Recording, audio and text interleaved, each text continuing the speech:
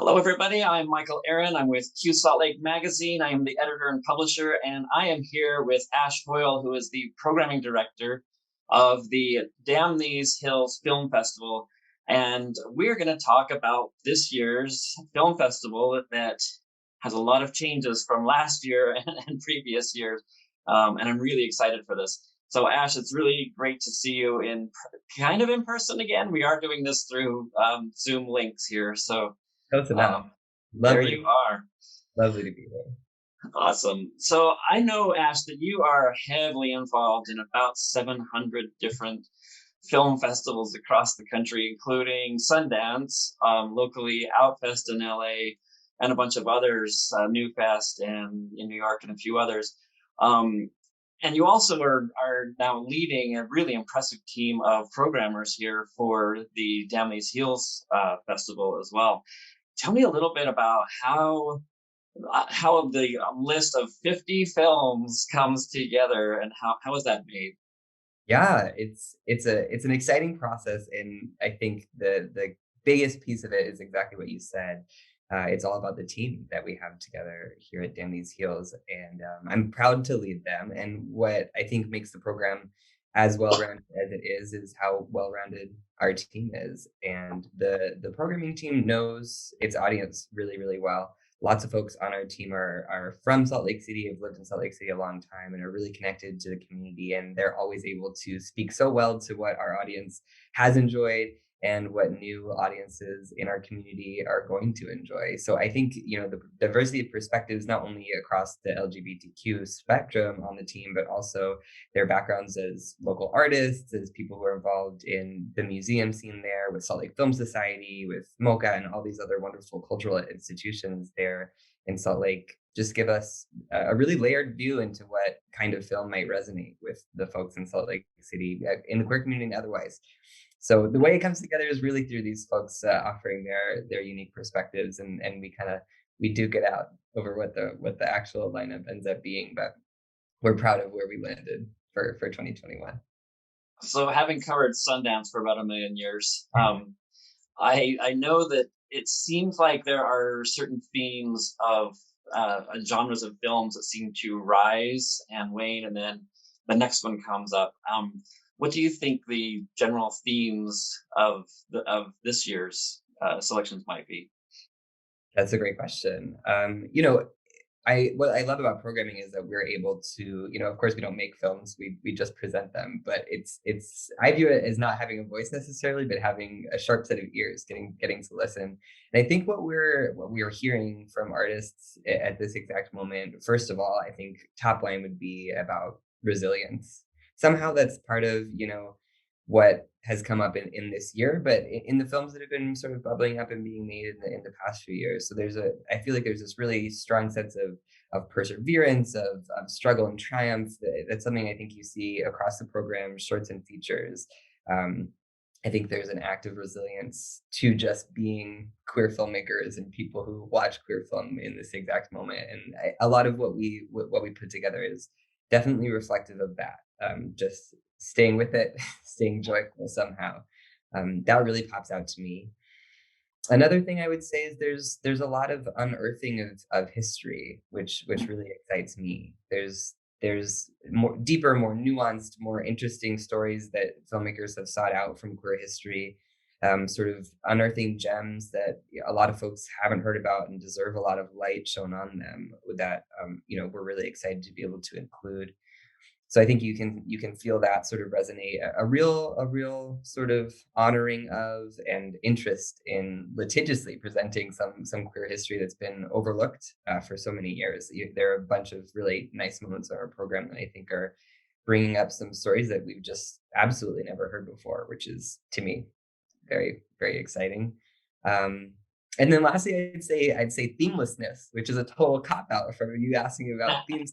But I feel like there's also what I'm probably most excited about is that we're excited to offer a range of films this year too that are pushing cinematic boundaries in some very different ways, some wacky ways, some quirky ways, some formally very serious and interesting ways as well. Um, and I think there's a strong subsection of the program that is all about not being defined, busting through some definitions and sort of leaving classification, categorization, binaries behind us. So that's another one. Themelessness, a big theme of this year's. That's awesome. As I was going through, I got like a 6-page spread coming in the printed issue of Q Salt Lake as well as the online issue, and I noticed there were a lot of Yeah. transgender films that are involved. Tell me maybe what your top, uh, what your top stories are that you're seeing through those films. Yeah, yeah, absolutely. And I think well, I'm really excited to come on this year in this new role. I've obviously I've been in Salt Lake before, and I've really enjoyed being part of the Q Salt Lake community, and I've enjoyed programming for the festival for a few years now. But I'm really excited to step into this expanded role, and I think that getting a trans person into this role is going to lead to some strong trans films being programmed. So I'm proud that was that equation equaled out. Um, and yeah, I mean, I think that in general, this year in the film community, in the whole ecosystem, actually, we've been able to make some more room for trans stories, and that's something that's really excited me, sort of across the board. So it only made sense that the Damn These Heels program would reflect that very same thing. Are you? Do you want me to talk about specific films, or just the whole idea of where that's coming up in the program now? If there's like a story in one of the films that kind of resonates with you and might resonate with people who are going to be coming, maybe that would be something. Totally. Putting you Yeah. on the spot. No, I think that's an easy one actually, because there's definitely a story that jumps out to me. I'd say the story in the documentary North by Current is something that I think will resonate really, really strongly in the Salt Lake community. It's got it addresses a lot of different themes. Some of them pretty dark and serious. It's about living in as a transgender person in a transgender family, but also addresses Mormonism in a way that I think a lot of the folks on our community identified as being something pretty unique and individual, taking on sort of the folklore and sort of a different lens into what religion and Mormonism can mean to queer folks. So that would be something I think a lot of folks in Salt Lake would be interested in joining the conversation around. Sweet. I also noticed I was a little impressed as I was going through it that you've got I think two world premieres and three North American premieres, and even one that's declared a sneak preview.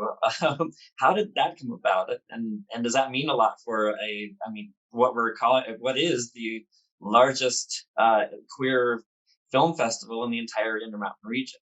Yeah, yeah. I think like you said, I'm proud of my work on the festival circuit, and I'm really excited to be able to bring that experience, to Damn These Heels and bring in some exciting brand new work. I think part of our job on the film programming team is to bring, a big sort of robust slate to the folks in Salt Lake to be able to just present, the best of the queer cinema that's coming out of the year. But I'm also excited to launch some new stuff. I think it's really special, to be the home for the start of some of these films' lives that I expect will be quite rich after our festival as well. So I think it's also plugging us into the ecosystem in a new and exciting way. And I am proud to have roped in a few of these things. So I can speak to the world premieres first.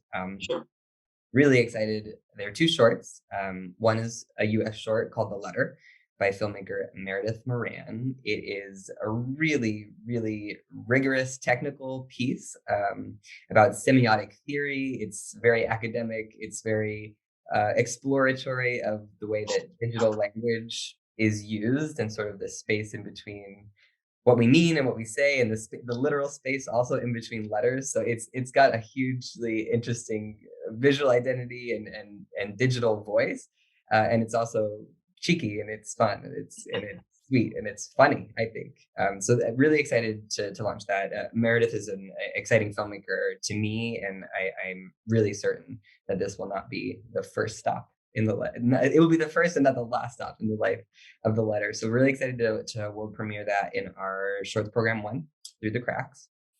And we're also premiering True Mother, which is an Israeli fiction short about sort of the complications that a lesbian mother runs into in dealing with a pretty bitter custody battle over their child. And I think this is a really important piece for us to have included in the program to address some of the complications and some of the sort of wrinkles and nuances gay parenthood, and how, in Israel, and there's obviously connections to the American systems as well, just how the legalities and the ways in which, certain heteronormative principles are held up and made easier really affect queer parents, and what that means. So True Mother is definitely it's a real tense watch. It's a great and exciting, it's almost a little bit of an adventure piece, but about, and the undying love of a mother, and the real challenge of being pushed to one's brink, in a custody battle. And that is in our shorts program 3, Apples and Trees. You've got this memorized. Yeah, That's awesome. It's all we, in there. we So these films. Yeah. what I love, and I want to interject before we get too far in, is we are taking questions from people. So if you would like to ask a question, get onto the Facebook Live and just put a comment to this, and Lizzie will send us a note saying, "Hey, there's been a question happening." But what I love about film festivals, and what I love about this film festival, is that you can see some international films that you probably wouldn't otherwise be able to see. And if you do, it's going to be years later. Yeah.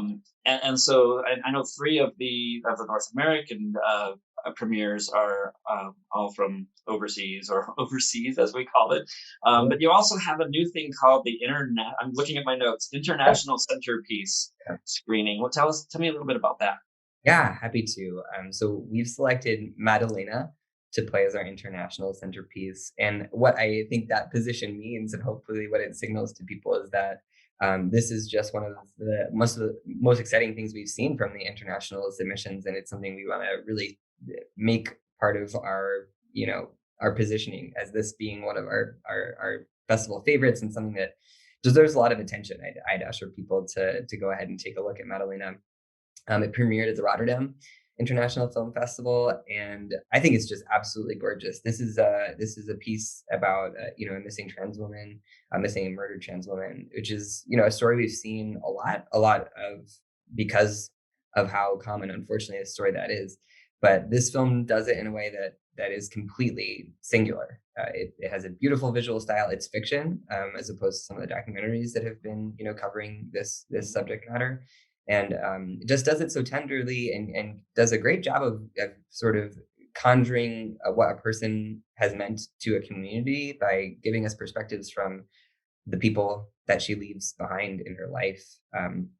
It's really emotional. It's really tender, and like I said, it's stunningly beautiful. The rural Brazilian landscape is just, I mean, it's utilized so well. It becomes a real character in the piece, and it's the perfect setting to tell something so heartbreaking, but also so spiritual and so moving and so connected to the land. So the international centerpiece is something that we're going to hope to keep in our program, to really just highlight one really, really strong work that we're bringing in from across the globe.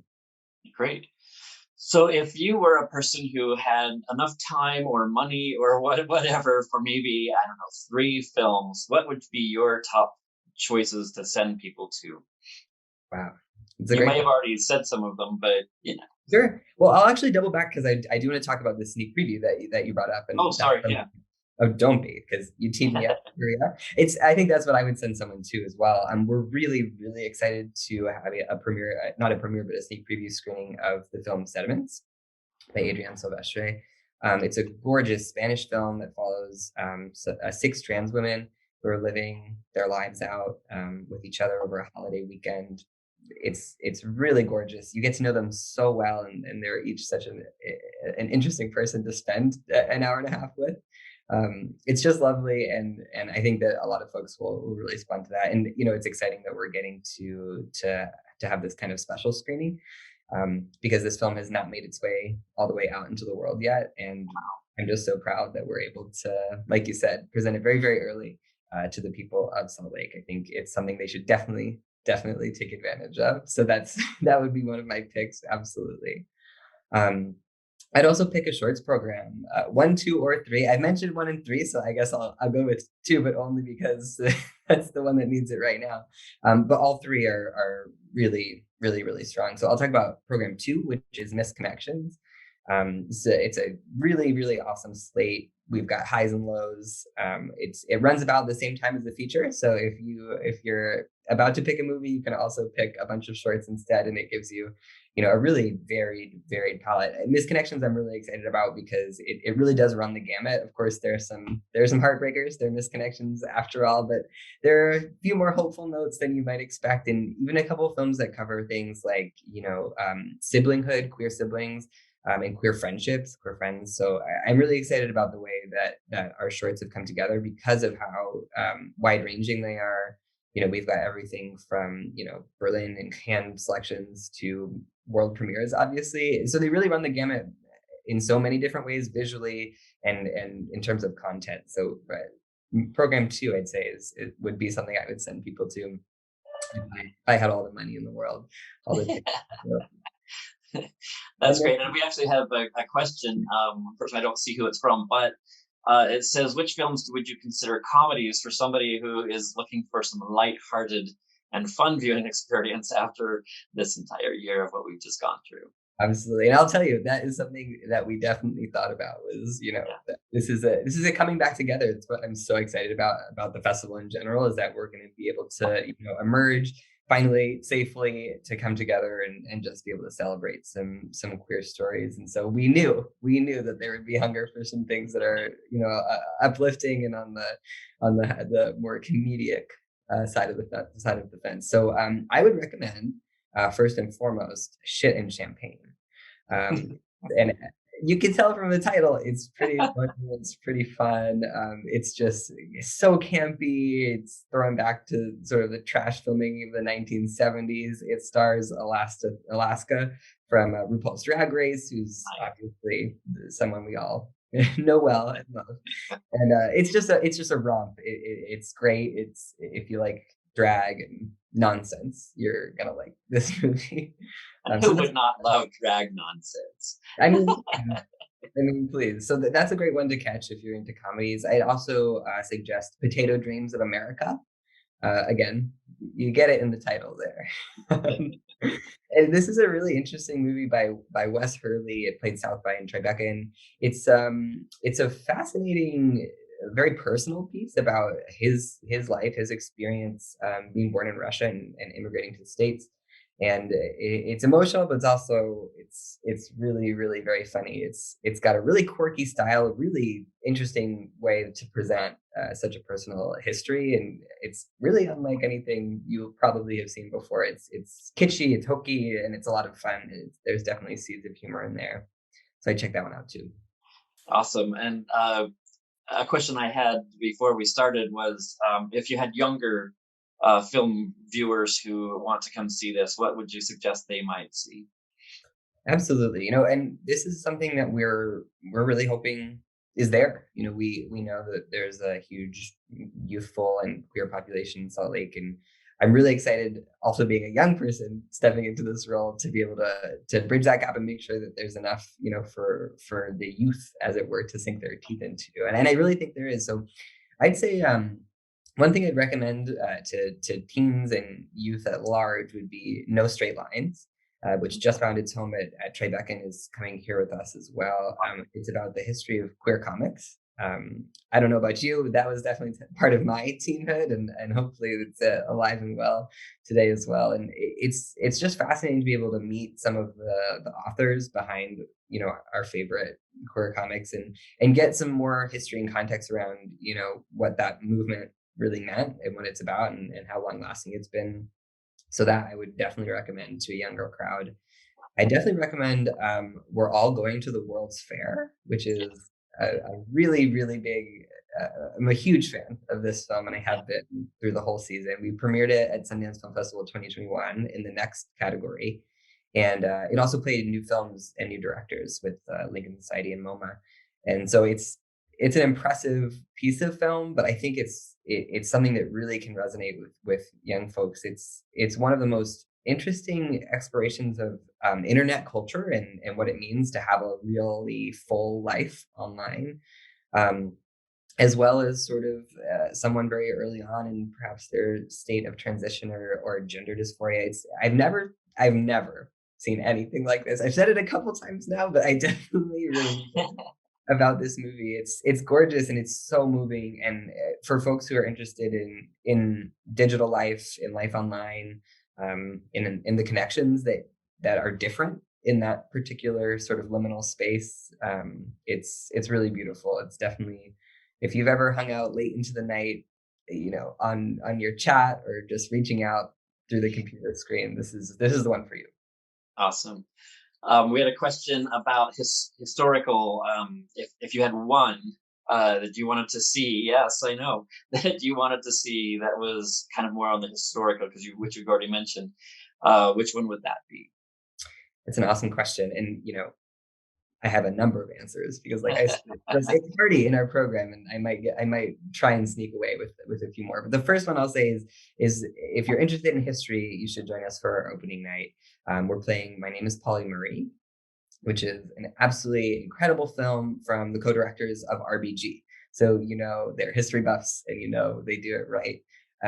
Polly Murray was a non-binary Black lawyer and also a practitioner of religion, who was really key in figuring out some of the legal challenges around trying to end gender and sex discrimination in America. And it's so rich and it's so timely. It's so fitting. There's no way that we can go on without everybody knowing who Polly Murray was and what they did for all of us. Now you can really see the connections between the work that was done, that this film documented, and the freedoms we enjoy today. So this one's critical, and it's obviously also our opening night film, so it's going to be exciting and it's going to be fun. And if you're a history buff, you should check that one out. So tell me a little bit about opening night. I know it's a little different than the rest of the festival. Yeah, naturally. I mean, as everyone else is, we're catching our breath and finding our footing in this sort of new space post pandemic, and we're really excited about the offerings that we have. We're approaching this as many other people are, and with a hybrid offering, and we are excited to offer Polly Murray in person as well as online, so you can find your way through it. But yeah, we're so excited. We'll have a number of drive-ins throughout the festival. We'll have an opening night and a closing night, and we'll have screenings of the Rose Wagner as we have in the past over opening weekend as well. So we're excited to be able to offer, for whatever your level of comfort, a way to catch these movies. So the drive-in theaters are going to be at the Utah State Fair Park, and so that's opening and closing. Is that? I don't remember. I'm sorry. Polly will be at the Fair Park opening night, and then we're closing out with a collaboration with Sundance with the movie Flea, and that will be at Liberty Park, which will be an outdoor screening as well. And I have to tell you, I loved Flea when I saw it in Sundance. I wasn't sure what to expect, and I'm glad I didn't expect what I got or get what I expected. I don't know. Anyway, it was a really, really good film. So, and then let's see. Oh, so how did you choose which films would be part of the outdoor screenings? Yeah, that's a great question. We basically wanted to offer, some of the hottest titles and some of the things we know that people are really going to want to come together around. So, those are sort of our tentpoles and our moments to gather as a community. But the truth is that our program is really strong across the board, and we know also that a lot of people are going to want to be doing both. So there's really no reason to do one or the other. You can absolutely catch them all if you choose by. So you have 3 different venues that you can see all these. You can see the drive-in theaters. You can see them. Is it all of them at the Rose Wagner? Yeah, all of them live. All of them, and then you can also see them online as well. So this is like the way to make a festival as open and to everyone as possible. So I'm very excited about all of this. I think that this whole, doing things online has actually expanded a lot of opportunities, especially for more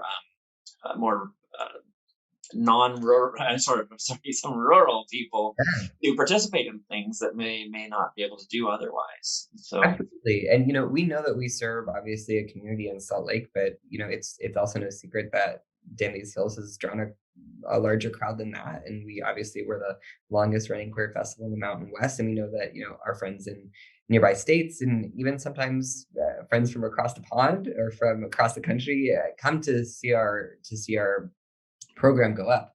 And absolutely, the accessibility that we're allowed through, being able to present things in a hybrid way is really, really exciting. And we hope it can continue to, be able to serve, everyone in the queer community, not just folks who are, right with us or who can necessarily afford to attend our in-person experiences. And that's a commitment that the UHL Film Center and Danley's Hills has made, and is going to still stand. And we're excited to be able to offer, also community partnerships and ways for people to engage. We don't want, any sort of monetary issue to be something that keeps anyone out of our festival. So we also are available to discuss ticket vouchers and things like that with the public. So if that's a barrier, we're here to listen and figure out how we can get everyone in our door. Publishers of queer organizations have no money, so we may have to have a talk. So, Well, yeah, let's talk. Well, speaking of that, how do you get tickets to all of this? Yeah, I'm really excited that we have our website that launched this year. Our amazing marketing team got things up and running, and our program is now available to peruse online. So you're able to right now actually buy tickets and passes to almost every offering that we have for the festival. We're also accepting reservations or notifications about our closing night, because we're not quite there yet. But otherwise, things are ready to roll, and people can start picking out their films right now. Awesome. Is there anything that I missed that you're just dying to say? Not as of now. We can keep these questions coming. Yeah. Yeah, because I think all of the questions that have come in, we've gone through. So I really appreciate you taking the time to do this, and I love that I was asked to participate in this. And please look at damntheseheels.org. Also, please look at qsaltlake.com. The lead story right now is the film festival, and has a list of all of the films with at least a paragraph and a photo. No photos yet. That's the printing version that are there. So thank you so much, Ash, and thank you to the entire team that puts this together. It's a lot of work, and it is such a big, wonderful thing that our community can call ours. So thank you so much. Thank you, and thanks for highlighting what we're doing this year. We're so excited to be with you today, and obviously with you in general. We're partners, and we're all in the same vein, all in the same game in Salt Lake. And Right. it's great to be with you today. All right. Fist bump. All right. Thanks again. Take care, everyone.